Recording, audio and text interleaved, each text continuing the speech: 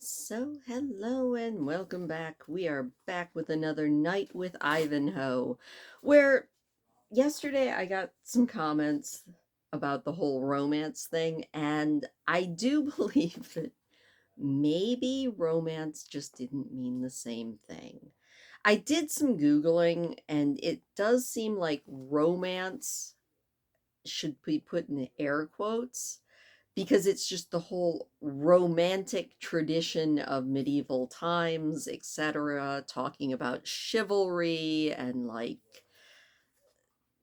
stuff that we just don't deal with in the modern day anymore. So maybe I just had my expectations fixed wrong cuz yeah, this definitely could not be considered a romance book from the way a modern reader would look at it. And maybe I just don't know what a romance is in anything, which could be the case. Honestly, that tracks for me. I'm not really good at the whole romance thing. I was telling my son we ran into town today, and I was like, yeah, my favorite book series, which I went into town to see if the book 8 was there because I pre-ordered it. It's not there, probably next week. It's a little bit of a bummer because the book is out. I just have to avoid any spoilers online for it. But I was telling him that the romance in that series, honestly, is the only thing about the book series that I don't like. But that's for highly specific reasons that I'm not going to get into here because I could go on a full 20-minute rant about how I don't like the main romance in the Green Rider series. I don't know. I'm off on a tangent. And we have a chapter to read that looks like it might be. Every time I say we have a long chapter, it turns out to be shorter than I thought. And every time I'm like, oh, this is going to be a short chapter, which is what I thought Mondays was going to be. It was like 45 minutes. So I have no idea, but we do have a chapter to read and a quote to go through. So that is what we are going to do. Arouse the tiger of Hycarian deserts, strive with the half-starved lion for his prey. Lesser the risk than rouse the slumbering fire of wild fanaticism. And that quote is from Anonymous. Anonymous. Do, do, do, do, do. Anyway, I'm in a weird mood. That seems to track. Anyway, we're going to be jumping back into chapter 35 of Ivanhoe by Sir Walter Scott. Our tale now returns to Isaac of York.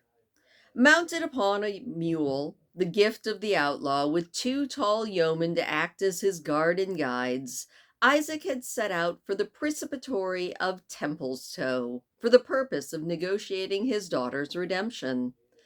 The Precipitory was but a day's journey from the demolished castle of Torquilstone, and Isaac had hoped to reach it before nightfall. Accordingly, having dismissed his guides at the verge of the forest and rewarded them with a piece of silver, he began to press on with such speed as his weariness permitted.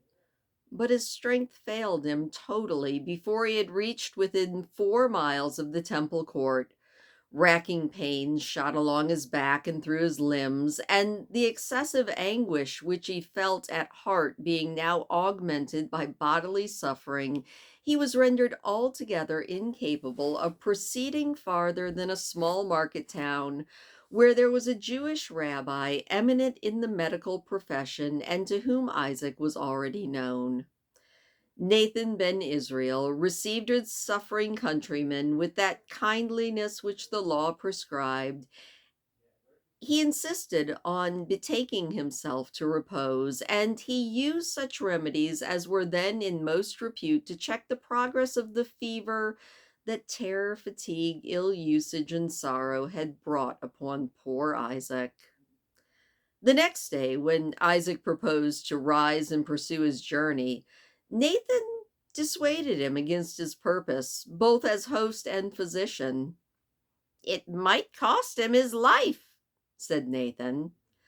But Isaac replied, that more than life and death depended upon his going that morning to Templestowe. To Templestowe? Said his host again with surprise. Then he again felt his pulse and muttered, his fever is abated, yet his mind seems somewhat alienated and disturbed. And why should I not go to Templestowe? Said Isaac. I grant you, Nathan, it's a dwelling of those to whom the despised children of the promise are a stumbling block and an abomination, but you know that pressing affairs of traffic sometimes carry us among the bloodthirsty Nazarene soldiers, and that we visit the preceptories of the Templars, as well as the commanderies of the Knights of the Hospitallers. I know that well, said Nathan. But do you know that Lucas de Beaumont, the chief of their order, who they term the Grand Master, is there now? I did not know that, said Isaac. Our last letters from our brothers in Paris advised us that he was at the city beseeching Philip for his aid against the Sultan Saladin. Well, he's since come to England, unexpected by his brethren, said Ben Israel. And he cometh among them with a strong and outstretched arm to correct and punish. His face is kindled in anger against those who have departed from the vows that they have made, and great is the fear of these sons of Belial. You must have heard of his name, at least. It's well known to me, said Isaac. The Gentiles deliver this Lucas Beaumont as a man zealous for slaying every point of the Nazarene law, and our brethren have termed him a fierce destroyer of the Saracens and a cruel tyrant to the children of promise. This is a true term for him, said Nathan. Other Templars may be moved from the purpose of their heart by pleasure or bribed with gold and silver, but Beaumont is of a totally different stamp. He hates sensuality, despises treasure, and pressing forward to that which they call the crown of martyrdom. The God of Jacob speedily give that to him, and on to all of them. Specially, this proud man has extended his glove over the children of Judah, as holy David did over Edom, holding the murder of a Jew to be an offering as sweet savor as the death of a Saracen.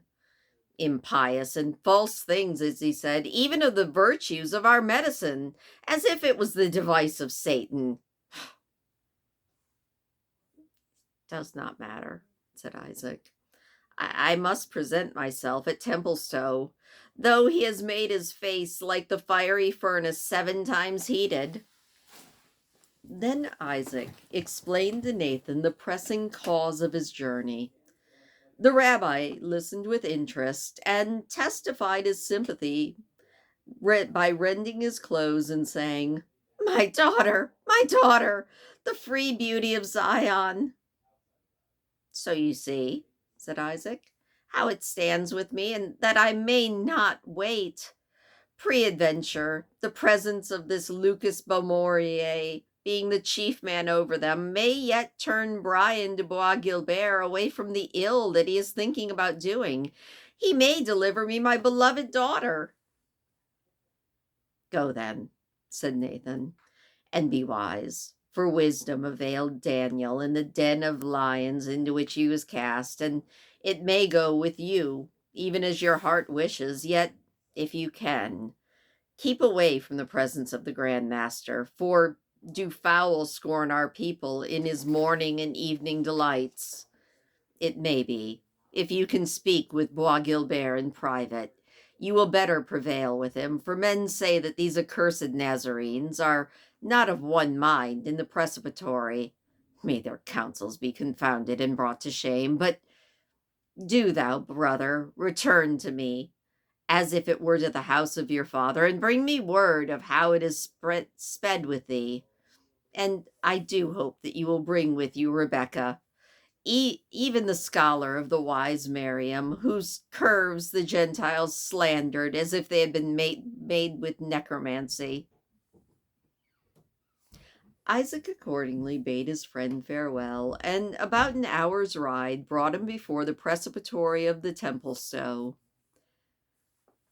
This establishment of the Templars was seated amidst fair meadows and pastures, which the devotion of the former presbyter had bestowed upon their order.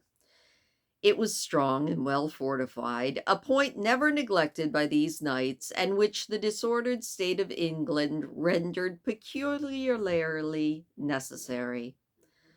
Two halberdiers, clad in black, guarded the drawbridge, and others in that same sad livery glided to and fro upon the walls with a funeral pace resembling spectres more than soldiers. The inferior officers of the order were thus dressed ever since the use of their white garments, similar to those of the knights and esquires, had given rise to a combination of certain false brethren in the mountains of Palestine, calling themselves Templars and bringing great dishonor upon the order. A knight was now and then seen to cross the court in his long white cloak, his head depressed upon his breast and his arms folded. They passed each other, if they chanced to meet, with a slow, solemn, mute greeting, for such was the rule of their order, quoting upon the holy texts, "In many words, thou shalt not avoid sin," and "Life and death are in the power of the tongue." In a word, the stern ascetic rigor of the temple discipline, which had been so long exchanged for prodigal and licentious indulgence, seemed at once to have revived the Templestowe order under the severe eye of Lucas Beaumonier. One day I'll decide how I'm going to say that name. Isaac paused at the gate to consider how he might seek entrance in a matter most likely to bespeak favor, for he was well aware that to his unhappy race the reviving fanaticism of the order was not less dangerous than their unprincipled licentiousness, and that his religion would be the object of hate and persecution on one hand, as his wealth would have exposed him on the other to the extortions of unrelenting oppression. In the meantime, Lucas Beaumonier walked in a small garden that belonged to the preceptory, included within the precincts of its exterior fortification, and held sad and confidential communions with a brother of his order who had come in his company from Palestine. This Grand Master was a man advanced in age, as was testified by his long gray beard and the shaggy gray eyebrows, overhanging eyes of which, however, years had been unable to quench the fire from. A formidable warrior, his thin and severe features retained a soldier's fierceness of expression. He was an aesthetic bigot, but he was no less marked by the emaciation of abstinence and the spiritual pride of a self-satisfied zealot. Yet, with these severer traits of physiognomy, there was a mixed and somewhat striking nobleness of his face, doubtless from the great part in which his high office called upon him to act among the monarchs and princes, and also from the habitual exercise of supreme authority over the valiant high-born knights who were united by the rules of his order. His stature was tall, and his gait, undepressed by age and toil, was erect and stately. His white mantle was shaped with severe regularity according to the rule of Saint Bernard himself, being composed of what was then called burl cloth, exactly fitted to the size of the wearer, and bearing on the left shoulder the octangular cross that was peculiar to their order, made of a red cloth. No fur, no ermine decked this garment, but in respect of his age, the Grand Master, as permitted by the rules, wore his doublet lined and trimmed with the softest lambskin, dressed with the wool on the outside, which was the nearest approach that he could regularly make to the use of fur, then the greatest luxury in dress. In his hand he bore that singular abacus or staff of office which the Templars are usually represented, having at the upper end a round plate on which was engraved the cross of the order, inscribed with a circle or orle, as heralds call it.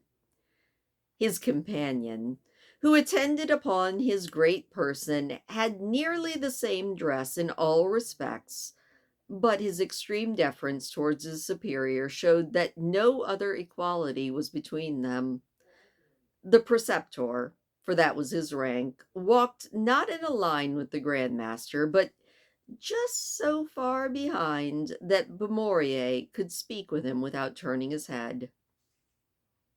"Comrade," said the Grand Master, "dear companion of my battles and my toils, to your bosom alone can I confide my sorrows. To you alone can I tell how oft since I came to this kingdom I have desired to be dissolved and to be with the just. Not one object in England has met my eye which it could rest upon with pleasure, save the tombs of our brothers beneath the massive roof of our temple church in yonder proud capital.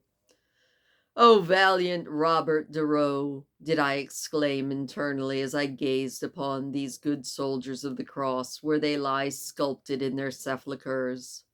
O worthy William de Marshal, open your marble cells and take to your repose a weary brother who would rather strive with 100,000 pagans than witness the decay of our holy order." "It is but true," said Comrade Montfichet.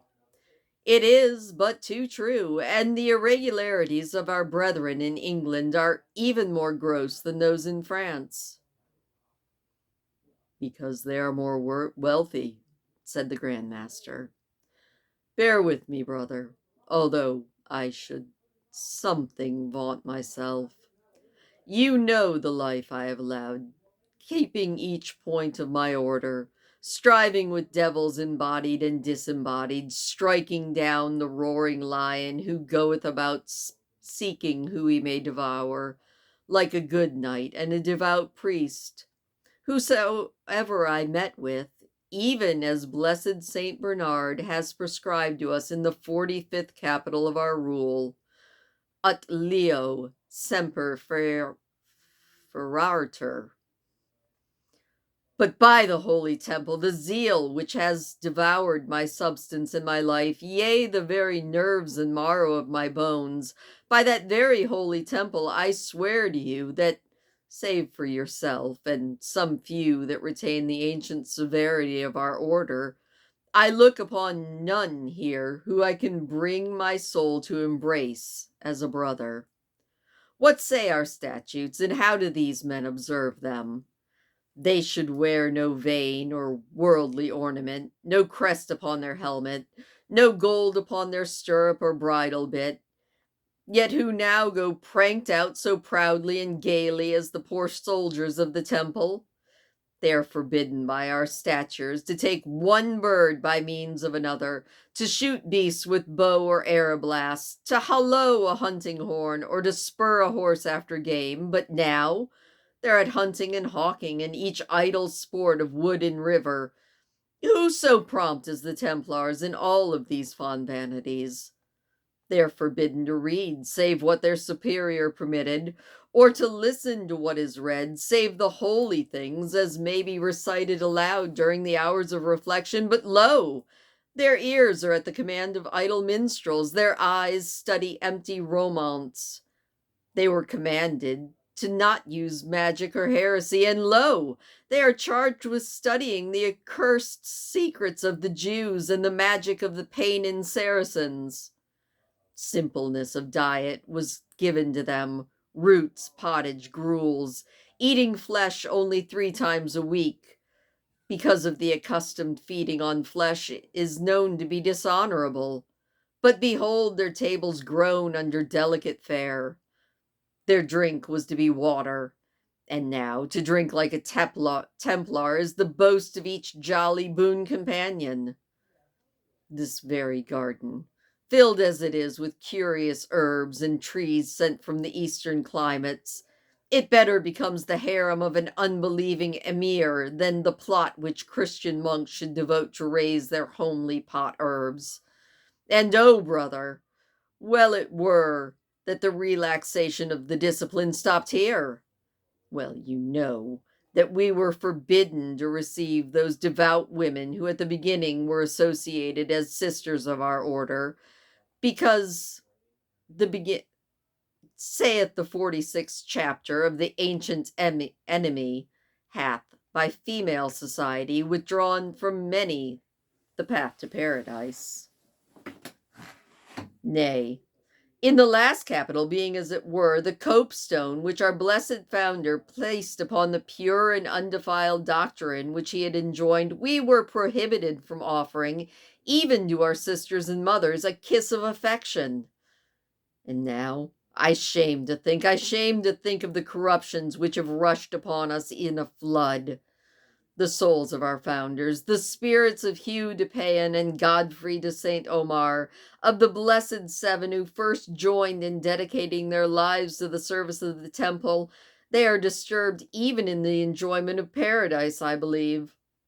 I've seen them, my brother, in the visions of the night, their sainted eyes shedding tears for the sins and follies of their brethren, and for the foul, shameful luxury in which they're wallowing. Beaumornier, they tell me, you slumber, but awake. There's a stain in the fabric of the temple, deep and foul as that left by the streaks of leprosy upon the walls of the infected houses of old. The soldiers of the cross, who should shun the glance of a woman as if she were a basilisk, they live in open sin, not only with the females of their own race, but with the daughters of the heathen and the Jew.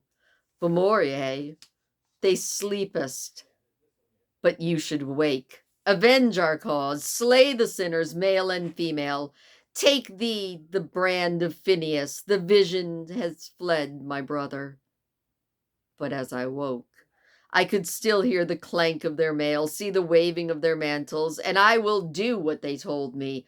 I will purify the fabric of the temple and the unclean stones in which the plague dwells.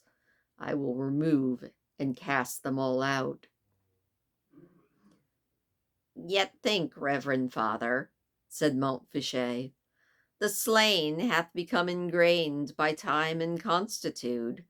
Let your reformation be cautious, as it is already wise. No, Montfichet, said the old man. It must be sharp and sudden. The order is on the crisis of its fate.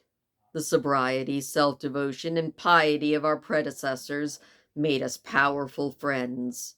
Our presumption, our wealth, our luxury have raised up against us many enemies. We must cast aside these riches, which are a temptation to the prince. We must lay down the presumption, which is an offense to them, and we must reform the license of manners, which is a scandal to the entire Christian world. Or mark my words, the order of the temple will be demolished, and the place thereof shall be no more known amongst the nations. Oh, may God avert such a calamity, said the Precipitor.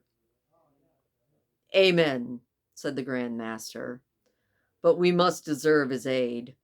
I tell you, brother, that neither the powers in heaven nor the powers on earth will any longer endure the wickedness of this younger generation.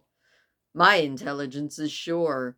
The ground on which our fabric is reared is already undermined, and each addition we make to the structure of our greatness will only sooner sink it into the abyss. We must retrace our steps and show ourselves the faithful champions of the cross, sacrificing to our calling not alone our blood and lives, not alone our lust and vice, but our ease, our comfort, our natural affections. And we need to act as men convinced that many a pleasure which might be lawful to others is forbidden to a vowed soldier of the temple. At that very moment, a squire, clothed in a threadbare garment, for the aspirants of this holy order wore during their novitiate the cast-offs of the knights, entered the garden, and bowing before the Grand Master, stood silently, awaiting permission before he even presumed to tell of his errand. "Is it not more seemly," said the Grand Master, "to see this Damien, clothed in the garments of Christian humility, thus appear with reverend silence before his superior, than but 2 days ago, when the fond fool was decked in a painted coat, and jangling as pert as a popinjay? Speak up, Damien, we will let you. What is your errand?" "There's a Jewish man outside of the gate, Reverend Father," said the squire, "who would like to speak with Brother Brian de Bois Guilbert." "You were right to bring me this knowledge," said the Grand Master. "In our presence, as presbyter, is but as a common compeer of our order, who may not walk according to his own will, but that of his master, even according to the text. In the hearing of the ear, he hath obeyed me. It does import us especially to know this Brian de Bois Guilbert's proceedings." He turned to his companion after he said that. "The reports of him say that he's brave and valiant." "And truly, that is how he is spoken of," said the Grand Master. "In our valor only are we not denigrated from our predecessors, the heroes of the cross, but Brother Brian came into our order a moody and disappointed man, stirred, I doubt me, to take our vows and renounce the world in the sincerity of soul, but as one on whom some touch of light discontent had driven to us. Since those days, he has become an active and earnest agitator, a murmurer, a leader amongst those who impinge our authority, not considering that the rule is given to the master even by the symbol of the staff and rod, the staff to support the infirmities of the weak, and the rod to correct the faults of delinquents. Damien," he said, "lead this man into our presence." The squire departed with a deep bow, and in a few minutes returned, bringing Isaac of York. No naked slave, ushered into the presence of a mighty prince, could approach his judgment seat with more reverence and terror than Isaac had as he drew near to the presence of the Grand Master. When he had approached within 3 yards, Beaumorier made a sign with his staff that Isaac should come no farther. Isaac kneeled down on the earth, which he kissed in a token of reverence, and then rising stood in front of the Templars, hands folded, head bowed to his breast, all in the submission of Oriental slavery. "Damien," said the Grand Master, "retire and have a guard ready to wait our call, and suffer no one to enter the garden until we leave it." The squire bowed and retreated. "Jew," said the haughty old man, "mark me. It suits not our condition to hold with you long communication, nor do we waste words upon any time or any one. Therefore, be brief in your answers to what questions I will ask you, and let your words be true, for if your tongue doubles with me, I will have it pulled from your unbelieving jaw." Isaac was about to reply, but the Grand Master kept speaking. "Peace, unbeliever! Not a word in our presence, save in answer to questions. What is your business with our brother, Brian de Bois Guilbert?" Isaac gasped with terror. To tell his tale might be interpreted into scandalizing the order, yet, unless he told it, what hope could he have of achieving his daughter's deliverance? The Grand Marshal, though, saw his mortal apprehension, and he condescended to give him a bit of assurance. "Fear nothing," he said, "for your wretched person, as long as you deal upright in this manner. I demand again to know what is your business with Brian de Bois Guilbert." am the bearer of a letterer, stammered out Isaac. So please your reverend valor, to that good knight from Prior Aymer of the Abbey of Jorvalo. Did I not say that these were evil times, my friend? Said the master. A Cistercian prior sends a letter to a soldier of the temple, and cannot find a more fitting messenger than an unbeliever. Hand me the letter.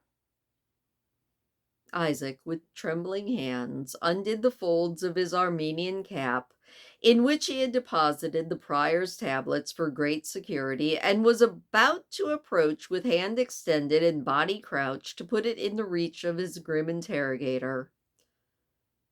Get back, dog, said the Grand Master. I touch not unbelievers, unless it's with a sword. Conrad, take the letter from the Jewish man and give it to me. Beaumorier, being thus possessed of the tablets, inspected the outside carefully, and then proceeded to undo the packing thread which secured it. Reverend Father, said Conrad, interposing with much deference, will you break the seal? Why would I not? Said the Grand Master with a frown. Is it not written in the 42nd Capital, De Lectione Literarium, that a Templar shall not receive a letter, not even from his father, without communicating it to the Grand Master and reading it in his presence? Then he perused the letter in haste, with an expression of surprise and horror. He read it over again more slowly, and then, holding it out to Conrad with one hand, and slightly striking it with the other, said, Here's goodly stuff for one Christian man to write to another, and both members, and not even inconsiderable members, of the religious profession. When, he said solemnly, looking up, when will you come with your fanners to purge the threshing floor? Montfichet took the letter from his superior and was about to read it. No, read it aloud, said the Grand Master. And do you, he said to Isaac, attend to the purport of it, for we will question you about this. And so Conrad read the letter, which went like this. Aymer, by divine grace, prior of the Cistercian house of St. Mary's of Jorvalo, to Sir Brian de Bois Guilbert, a knight of the Holy Order of the Temple, wishes health with the bounties of King Bacchus and that of my Lady Venus. Touching our present condition, dear brother, we are a captive in the hands of a certain lawless and godless men who have not feared to detain our person and have put us to ransom, whereby we have also learned of Fondebuff's misfortune, and that you escaped with that fair Jewish sorceress whose black eyes have bewitched you. We are heartily happy in your safety. Nevertheless, we pray you be on guard in the matter of this second witch of Endor, for we are privately assured that your great master, who careth not a bean for the cheery cheeks and black eyes, comes from Normandy to diminish your mirth and amend your misdoings. Wherefore we pray you heartily to beware, and to be found watching, even as the holy text hath it, Inventar vigilantes. And the wealthy Jewish man, her father, Isaac of York, having prayed of me letters on his behalf, I gave him these, earnestly advising, and in a sort entreating, that you do hold the damsel to ransom, seeing as he will pay from his bags as much as may buy you 50 damsels of safer terms, whereof I trust to have my part when we make merry together as true brothers, not forgetting the wine. For what saith the text? Vivum lafacant cor humanus, and again, rex decalipatur percitude tua. I don't speak Latin. Tell our merry meeting we wish you farewell, given from this den of thieves around the hour of matin. Aymer, Prior of Jorvalo. Postscript. Truly your golden chain hath not long abidden with me, and it will now sustain around the neck of an outlaw deer stealer the whistle wherewith he calleth his hounds. So what do you make of this, Conrad? Said the Grand Master. Den of thieves, and a fit residence is a den of thieves for a prior like that. No wonder the hand of God is upon us, and that in the Holy Land we lose place by place, foot by foot, before the infidels, when we have churchmen like this Aymer. And what does he mean, this second witch of Endor? Conrad was better acquaintance, perhaps by practice, with the jargon of the gallantry than his superior was, and he expounded the passage which embarrassed the Grand Master to be a sort of language used by worldly men towards those whom they loved, their paramours. But this did not satisfy the bigoted Beaumaurier. There is more in it than you guess, Conrad, he said. Your simplicity is no match for this deep abyss of wickedness. This Rebecca of York was a pupil of that Miriam who you've heard of. You shall hear, even again. And then he turned to Isaac and said, Your daughter, then, is a prisoner with Brian de Bois Guilbert? Yes, Reverend Valorous sir, said Isaac, and whatever ransom a poor man may pay for her deliverance will... Peace, said the Grand Master. Your daughter is practiced of the art of healing, is she not? Yes, gracious sir, said Isaac. And knight and yeoman, squire and vassal may bless the goodly gift that heaven has given her. Many a one can testify that she has recovered them by her art when every other human aid proved in vain, but the blessing of God is upon her. Beaumaurier then turned to Montfichet with a smile. You see, brother, the deceptions of the devouring enemy here. Behold the bait with which he fishes for souls, giving a poor space of an earthly life in exchange for eternal happiness in the heavens. Well was said our blessed rule, Semper Peccator Leo Vornis. Upon the lion, down with the destroyer, he said, shaking his staff as if in defiance of the powers of darkness. Your daughter works the cures, I doubt that not, he said to Isaac, by words and sigils and parapus and other cabastical mysteries. No, no, reverend knight, said Isaac, in chief measure by a balsam of marvelous virtue. And where did she learn this? It was given to her, said Isaac, by Miriam, a sage matron of our tribe. Ah, you false idolater, said the Grand Master. Was it not from that same witch Miriam, the abomination of whose enchantments have been heard through every Christian land? He crossed himself. She was burned at the stake, and her ashes scattered to the four winds. And so be it with me and mine order, if I do not do as much to her pupil, and even more. I will teach her to throw spells and incantations over the soldiers of the blessed temple. There, Damien, throw this man from the gate, and shoot him dead if he tries to turn again.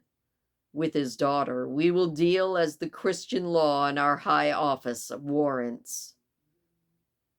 And so poor Isaac was hurried off accordingly, and thrown from the gate, and all of his entreaties, and even his offers, unheard and unregarded. He could do nothing but to return to the house of the rabbi, and endeavor through his money to learn how his daughter was to be treated. He had hitherto feared for her honor, but now he was in fear for her life. And in the meanwhile, the Grand Master now ordered to his presence the presbyter of Templestowe.